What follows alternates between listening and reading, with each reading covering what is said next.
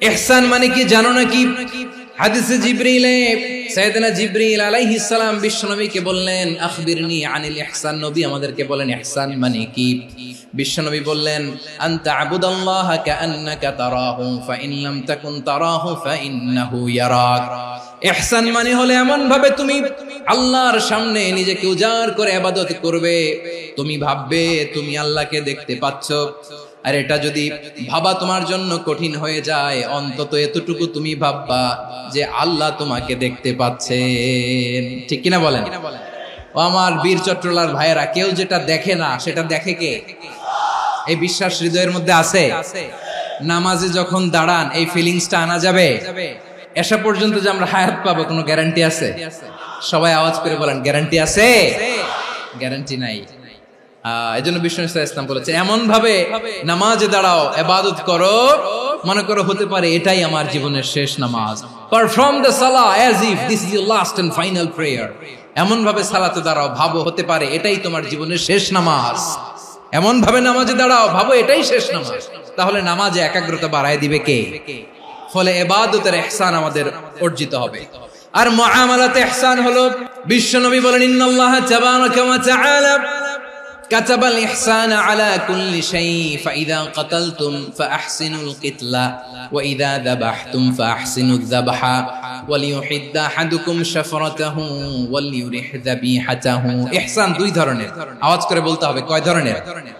একটা হচ্ছে ইহসান ফিল ইবাদা, ইবাদতে ইহসান। ইবাদতে ইহসান কি? একাগ্র অনুভব দিয়ে ইবাদত করা, মন প্রাণ দিয়ে ইবাদত করা। আর মুআমালাতে ইহসান কি? সব কাজে, দৈনন্দিন কাজে, কর্মে, সামাজিক অ্যাক্টিভিটিতে কোমলতা প্রদর্শন করা, অনুগ্রহের সাথে সবকিছু করা। আল্লাহ তাআলা ইন্নাল্লাহা তাবারাকা ওয়া তাআলা কাতাবাল ইহসানা আলা কুল্লি শাই, তিনি সবকিছুর ব্যাপারে ইহসানকে আবশ্যক করেছেন। সবকিছু, মুমিনের সব কাজে ইহসানের পরশ থাকবে। ওয়া ইযা কাতালতুম ফাহসিনুল কিতলা, বিষ্ণুই বলেন তুমি যখন কাউকে হত্যা করো ইহসানের সাথে করো। সুবহানাল্লাহ পড়বেন না? যখন হত্যা করো তখনও ইহসানের সাথে। আচ্ছা, হত্যা করবো আবার ইহসান আসবে করতে করে তো মেরেই ফেলবো আমি। আল্লাহ, ও ভাই একজন খুন করেছে, খুনি, রাষ্ট্রীয় আইনে তার শাস্তি হয়েছে ডেথ পেনাল্টি, মৃত্যুদণ্ড। এখন মৃত্যুদণ্ড দেখে আপনি যেমনি মন চায় তেমনি মারবেন লোকটারে? ওর নাক কেটে ফেলতে পারবেন? ওর কান কাটতে পারবেন? ওর চোখ উপড়ে ফেলতে পারবেন আপনি? যেমন মন চায় তার অঙ্গহানি করা যাবে না। ইহসানের সাথে তাকে হত্যা করো। সুবহানাল্লাহ, this is Islam, this is the true essence of Islam. ওয়া ইযা যাবাহতুম ফাহসিনুয যাবহা, যখন জবাই করবে তখনও ইহসানের সাথে জবাই করবে। করব জবাই, ওইখানেও নাকি ইহসান। আচ্ছা, কুরবানির দিন আমরা পশুগুলোরে কি করি বলেন সবাই আওয়াজ করে? জবাই। জবাই মানে তো এটারে মেরেই ফেলতেছি, একটু পরে তো টুকরো টুকরো করে গোশতগুলো খাবো, এটা তো খাবো, এটা তো মেরেই ফেলবে। বিষ্ণু বলে না, জবাইয়ের মধ্যেও, মুমিনের জবের ভেতরেও ইহসানের পরশ থাকা চাই। যখন জবাই করবে প্রাণীটাকে হাত পা টাইট করে বেঁধে নাও, ছুরিটাকে শার্পেন করে নাও, ধারালো করে নাও, যাতে অল্প সময়ে জবাইটা হয়ে যায়, প্রাণীটা যাতে কম কষ্ট পায়। সুবহানাল্লাহ পড়ে। This is called Ihsan.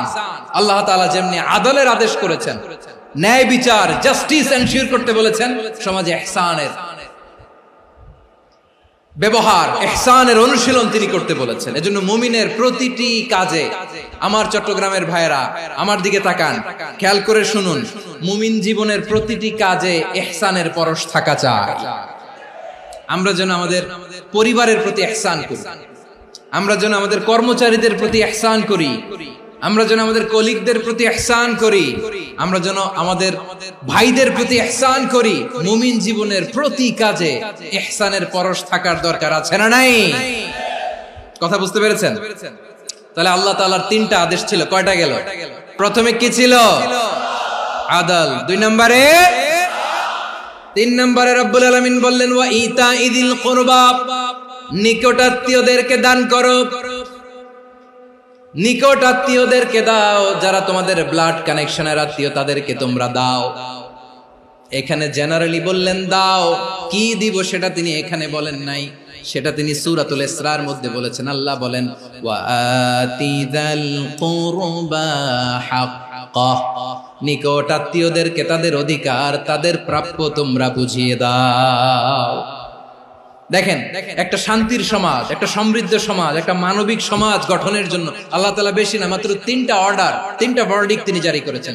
1 number সুশাসন, ন্যায় বিচার। 2 নাম্বার ইহসান। 3 নাম্বার নিকটাত্মীয়, যারা কাছের, তোমার ভেরি ক্লোজ রিলেশনশিপে আছে, তাদেরকে দাও। দাও, দিলে বাড়িয়ে দেয় কে?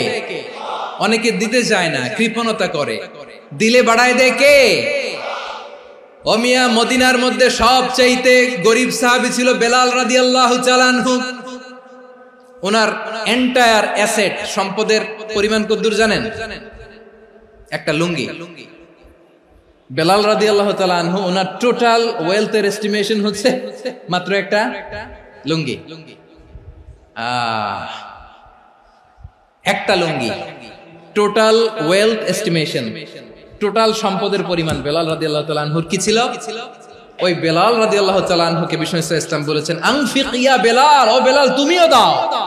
ওয়ালা তাখশা মিন যিল আরশি ইখলালা, আরশের অধিপতির তো কোনো ঘাটতি নাই, তুমি দিলে ওই আল্লাহ তোমারে বাড়ায় দিবে। এজন্য আমার প্রিয় ভাইয়েরা, দিলে কমে না, দিলে বাড়ে। অনেকে ধরে রাখে, নতুন কিছু নিতে পারে না, হাত দিয়ে যেটা ধরে রেখেছেন এটা দিয়ে দেন, বড় একটা ধরার সুযোগ পাবেন। জোরে বলেন ঠিক কিনা? রব্বুল আলামিন বললেন 3 নাম্বার আদেশ হলো তোমাদের প্রতি, সমাজটারে কেমন করে মানবিক সমাজ, সুন্দর সমাজ গড়বা। 3 নাম্বার আদেশ হলো ওয়াআতিদাল কুরবা হাক্কা, নিকটাত্মীয়দেরকে তাদের প্রাপ্য বুঝিয়ে দাও। এই নিকটাত্মীয়দেরকে তাদের অধিকার বুঝিয়ে দেওয়া, প্রাপ্য বুঝিয়ে দেওয়াতে আমাদের গাফলতি আছে না নাই? অনেকে দেখবেন অনেক আল্লাহওয়ালা, তাহাজ্জুদ গুজার, সেজদা দিতে দিতে কপালে কালো দাগ ফেলে দিছে, সে তার বোনের হকটা আদায় করে নাই, আছে না নাই? অনেক বড় হাজী সাহেব, বিশাল লম্বা দাড়ি, ছেলেরে সব দিয়ে দিছে, মেয়েরে কিছু দেয় নাই, মেয়ের হক আদায় করে নাই, আছে না নাই? এই হাজী সাহেবেরা, এই আল্লাহওয়ালারা কিয়ামতের ময়দানে আটকে যাবে। আপনি অন্যের অধিকার নষ্ট করেছেন, তাদের রাইটস কে ভায়োলেট করেছেন। এজন্য আল্লাহ তাআলা বলেন, কারো অধিকার যদি কেউ নষ্ট করে, ওই সমাজটা মানবিক সমাজ কঠিনকালেও হতে পারে না। এজন্য 3 নম্বর আল্লাহ বললেন, ওয়া ইতা ইদিল কুরবা, নিকটাত্মীয়দেরকে দাও। কি দিবা? তাদের অধিকার দিয়ে দাও। বোনের অধিকার বুঝিয়ে দাও, মেয়ের অধিকার বুঝিয়ে দাও, ফুফুর অধিকার বুঝিয়ে দাও। দেখবেন অনেক মায়েরা ছেলের পাতে মুরগির রান দেয়, মেয়ের পাতে দেয় মুরগির ঠ্যাং। তো মেয়ের কি মুরগির রান খেতে মনে যায় না? মনে যায় না? এমনটা করা যাবে না। নিকটাত্মীয়দেরকে অধিকার দিয়ে দাও, নিকটাত্মীয়ের সাথে সুসম্পর্ক রাখো। আদেশটা কার? এজন্য প্রিয় ভাইয়েরা, জীবনে যদি বারাকা অর্জন করতে চান, নিকটাত্মীয়দের সাথে সুসম্পর্ক রাখতে হবে, তাদের জন্য উপহার পাঠাতে হবে। বিশ্বনবী বলেন, লা ইয়াদখুলুল জান্নাতা কাতে, যে ব্যক্তি আত্মীয়তার সম্পর্ককে ছিন্ন করে দেয়, সে কঠিন কালেও আল্লাহর জান্নাতে ঢুকবে না। আপনি কি এটারে সহজ হাদিস মনে করছেন? এটা সহজ কথা? আপনি ভাবছেন আপনার নামাজ আপনারে বাঁচাতে পারবে, আপনার রোজা বাঁচাতে পারবে, আপনার তাহাজ্জুদ আপনারে বাঁচাতে পারবে? অধিকার নষ্ট করলে কিছুই আপনারে বাঁচাতে পারবে না। এজন্য নিকট আত্মীয়দেরকে দিতে হবে বেশি বেশি। বিশ্বনবী বলেন, ইন্না সাদাকাতা আলাল মিসকিনি সাদাকা ওয়া আলা যির রাহিমি ইসনাতান সাদাকাতুন ওয়া সিলা। মিসকিন রে দান করলে শুধু দানের সওয়াব হয়, নিকট আত্মীয়কে দান করলে 2টার সওয়াব হয়, সাদাকার সওয়াব হয়, আবার আত্মীয়তার বন্ধন অটুট রাখার সওয়াব হয়ে যায়। আবার বিশ্বনবী বললেন, মান সাররাহু আইয়ুবসাতা লাহু ফি রিজকিহি ওয়া ইনসালাহু ফি আসারিহি ফালইয়াসিল রাহিমা। যে ব্যক্তি তার রিজিকের প্রশস্ততা চায় আর হায়াতে বরকত চায়, সে যেন তার আত্মীয়ের সাথে সুসম্পর্ক রাখে। আমার প্রিয় চট্টলার ভাইয়েরা, আমাদের রিজিক বাড়ুক, এটা আমরা চাই কি চাই না? সবাই চান? হ্যাঁ, আমাদের রিজিকে প্রশস্ততা আসুক, চাই কি চাই না? আমাদের হায়াতে বরকত আসুক, আমরা চাই কি চাই না? এই 2টা যদি চান, তাহলে নিকট আত্মীয়দের সাথে সুসম্পর্ক রাখবেন। পারবেন? তাহলে সমাজটারে মানবিক সমাজ বানায় দিবে কে? 3টা আদেশ চলে গেল। 1 নম্বরে কি ছিল? 2 নম্বরে, 3 নম্বরে নিকটাত্মীয়দেরকে দান। আল্লাহ তাআলা 3টা জিনিসের যেমনি আদেশ করেছেন, অনুরূপভাবে 3টা বিষয় তিনি বারণ করেছেন, নিষেধ করেছেন। ওগুলোর কাছেও যাওয়া যাবে। রাব্বুল আলামিন বলেন, ওয়ায়ানহা আনিল ফাহশাই ওয়াল মুনকারি ওয়াল বাগি। আমি যেমনি তিনটি বিষয়ে আদেশ করলাম, অনুরূপভাবে তিনটি বিষয়ে বারণ করলাম, নিষেধ করলাম। আমার 1 নাম্বার নিষেধাজ্ঞা হলো অশ্লীলতার প্রতি। ফাহশা ওয়া ইয়ানহা আনিল ফাহশা, আল্লাহ তাআলা অশ্লীলতাকে নিষেধ করেছেন। কোন জিনিসকে? সবাই বলুন কোন জিনিসকে? যত ধরনের, যত টাইপের, যত ক্যাটাগরির অশ্লীলতা হতে পারে সব অশ্লীলতাকে হারাম করেছেন কে?